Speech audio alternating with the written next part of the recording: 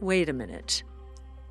How can you be unanimous in your decision making, you Fed board members, unanimous at the last few votes, when there's so much conflicting evidence out there?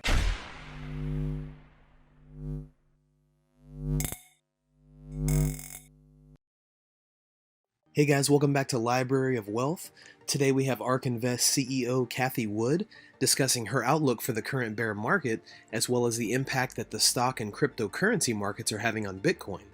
Cathie will also talk about her financial outlook for the coming several months and whether or not she can see an end anytime soon. Although the effects of the recent economic crisis are currently being felt by Bitcoin, Cathie highlights other nations that are also going through a currency crisis and haven't yet seen the worst of it. She thinks that the current economic downturn is just a preview of what is to come. We will examine her forecast for Bitcoin, as well as her investment strategy for the stock, cryptocurrency, and capital markets. Let's listen to Cathie's prediction about the current market collapse, the recession, inflation, and the effect of interest rate hikes on capital sectors towards the end of our video. Don't forget to like and subscribe if you like the content we do here on this channel. Let's get right into the video. Yes, we feel as though the Fed is making a mistake here, and that, yes, high beta stocks, which would be our kinds of stocks, more volatile than the market, do get hit disproportionately. But something's happening now, and it's happening with Bitcoin as well, which I find very interesting. So our strategy bottomed intraday, the flagship, on May 12th. And the S&P and NASDAQ have broken below their lows. Last week, they broke below their last lows. We did not. Now, maybe I'm jinxing myself, and we will now. But our strategy has held up better since May. And same with Bitcoin. Same with Bitcoin after the volatility in May. It's held in much better. It hasn't hit new lows, successive new lows. It's in a range, much like our strategy is. During a bear market and towards the end of a bear market, our strategy starts outperforming. Why? There's a saying in our business that the new leadership shows itself toward the end of a bear market. It starts outperforming. So at the end of 0809, for example, I was at a different firm, but our flagship strategy bottomed in relative terms November 24th. I remember it well. And yet the market didn't bottom until March of 09. And in the first quarter, the market, as measured by the S&P, was down 10%. We were flat. And then we came out flying. And I'd like to think that's what's going to happen. The problem is the Fed here. And in the piece we wrote today, we said, please consider the conflicting evidence and at least debate. Talk about the risk of centralization. This is a massive risk because it's not just the Fed.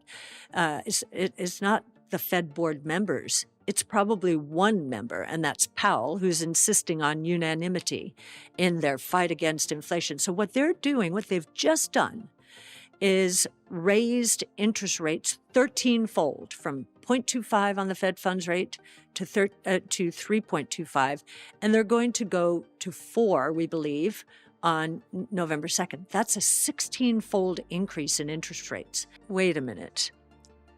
How can you be unanimous in your decision-making, you Fed board members, unanimous at the last few votes, when there's so much conflicting evidence out there? Cathie believes the Federal Reserve is making a huge mistake with their monetary policy and thinks that more pain is coming for the housing, credit, and crypto markets in the coming months.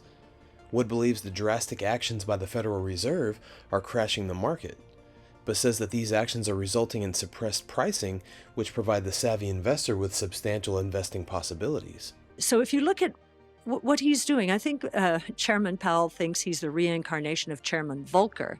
Now, I was early in my career during Chairman Volcker's reign, and he was fighting an inflation that really started with the Vietnam War in 1964, April, and then in May 64 was the Great Society, all of these social programs that President Johnson launched.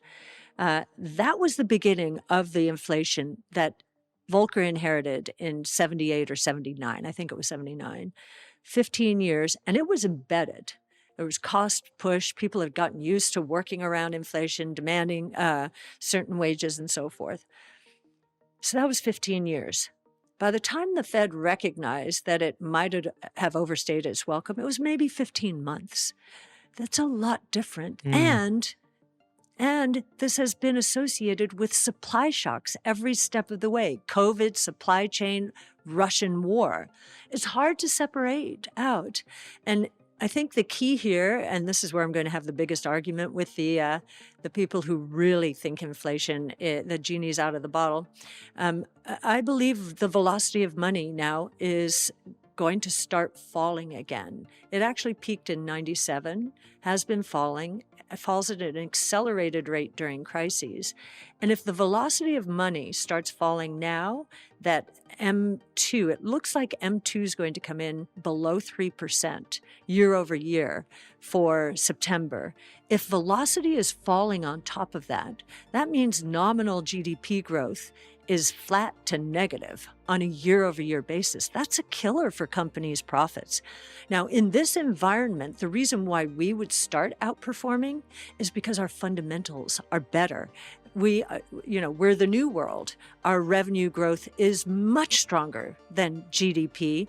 And in times of turmoil and trouble, again, innovation solves problems, revenue growth accelerates. We average down and concentrate into our highest conviction stocks. Now, if you only have two assets, you and Bitcoin, I guess that's a little bit more difficult to do. But we started out last February 21. We had been up 360% from the bottom of the coronavirus to the peak in our peak in February of 21. And during that time, we expanded the number of stocks in our portfolio because we had been highly concentrated at the bottom in COVID towards our highest conviction names. And so we went from roughly 33 names to 58 names. There were IPOs, there were lots of exciting opportunities. And then starting February of 21 to our low in May, and we think that's the low, but we're getting close there again. You never know. The Fed, I do believe, is a big menace here. We were down 75%. Think about that. Up 360, down 75%. If you've, let's see, someone just asked me the question saying, since inception, our strategy is up maybe a percentage point less than the S&P 500 or the NASDAQ, which was single digits. But if you're telling me that after this bloodbath, I'm saying, oh my gosh, have we, this is a great setup for the future if we're just behind by that much, because we are so much more volatile than the benchmarks. So that 75% decline, why does that happen? It happens because most portfolio managers, even the active ones, so they really are trying to invest, they're still investing close to their benchmarks, and they don't want to be so far away from their benchmarks. Our stocks are not in benchmarks except for Tesla. And so Tesla, believe it or not, has held up better than most of our other stocks because it's in the benchmarks. When risk on happens, then they all start migrating and taking positions in some of our names, and so that gives us the lift. Wood believes the Fed rates will decrease, but says it's currently showing signs of extreme weakness. Along with the household employment charts being down for the last 4 months, Wood has never seen a swifter increase of the bottom. Many people haven't realized we've gone up about 50% from the previous lows. Wood believes that we are currently moving into a serious recession. The only difference is we don't have access to the systematic excesses like in the pre-08-09 mortgage market. Wood says that the ongoing decline is partly due to China beginning to unwind from this cyclical point of view. She says that the Fed doesn't care what happens to the economy now, and they're overly focused on inflation. If Wood's interpretation of deflation as cyclical is correct, the coming deflation will actually be a good environment for the financial market's growth. What do you guys think about Cathie Wood's market outlook for this year and how the Fed is handling inflation indicators? Let us know in the comments below. Thanks so much for watching. Don't forget to like and subscribe. This is Library of Wealth. We'll see you in the next video.